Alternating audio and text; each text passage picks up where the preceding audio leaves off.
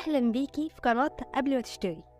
النهاردة هتكلم عن منتج رائع ومميز ومفيد للبشرة الحساسة والجافة والمتضررة، وهو لا روش بوسي سيكا بلاست بروم. ده بلسم متعدد الاستخدامات، بيساعد على ترطيب وتهدئة وتجديد البشرة، وكمان تخفيف الالتهابات والاحمرار في حالات كتير مختلفة، زي مثلا الجفاف والتشققات، الحروق والجروح البسيطة، التهابات الجلد والحساسية، التهابات الحفاضات عند الأطفال، وبعد إجراءات تجميلية زي التقشير والليزر.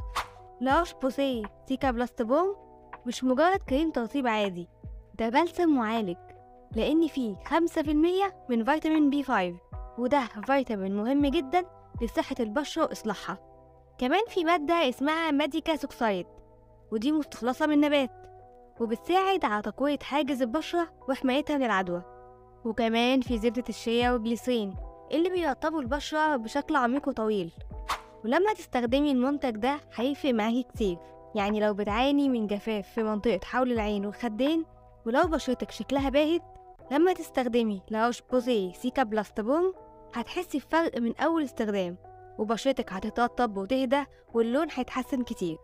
كمان المنتج ده خفيف على البشرة، مش دهني أو لزج، وسهل التوزيع، وطريقة استخدامه هي كل يوم صبح وبالليل بعد ما تغسلي وشك وتنضفي بشرتك، وتحطي كمية صغيرة على المناطق المحتاجة زي حول العين أو الخدين أو أطراف الأنف. كمان ممكن تستخدميه قبل ما تحطي مكياج عشان يدي لبشرتك لمعان طبيعي وصحي.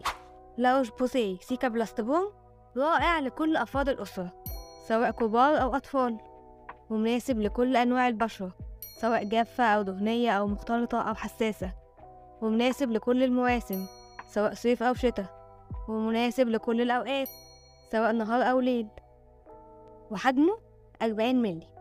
وأخيرا أشكرك على مشاهدة الفيديو، ولو عجبك المنتج أو جربتيه قبل كده قوليلي رأيك في الكومنتات، ولو عندك أي سؤال أو استفسار برضه قوليلي في الكومنتات، وما تنسيش تدوسي لايك وتشتركي في القناة علشان ما يفوتكيش أي فيديو جديد عن العناية بالبشرة والشعر.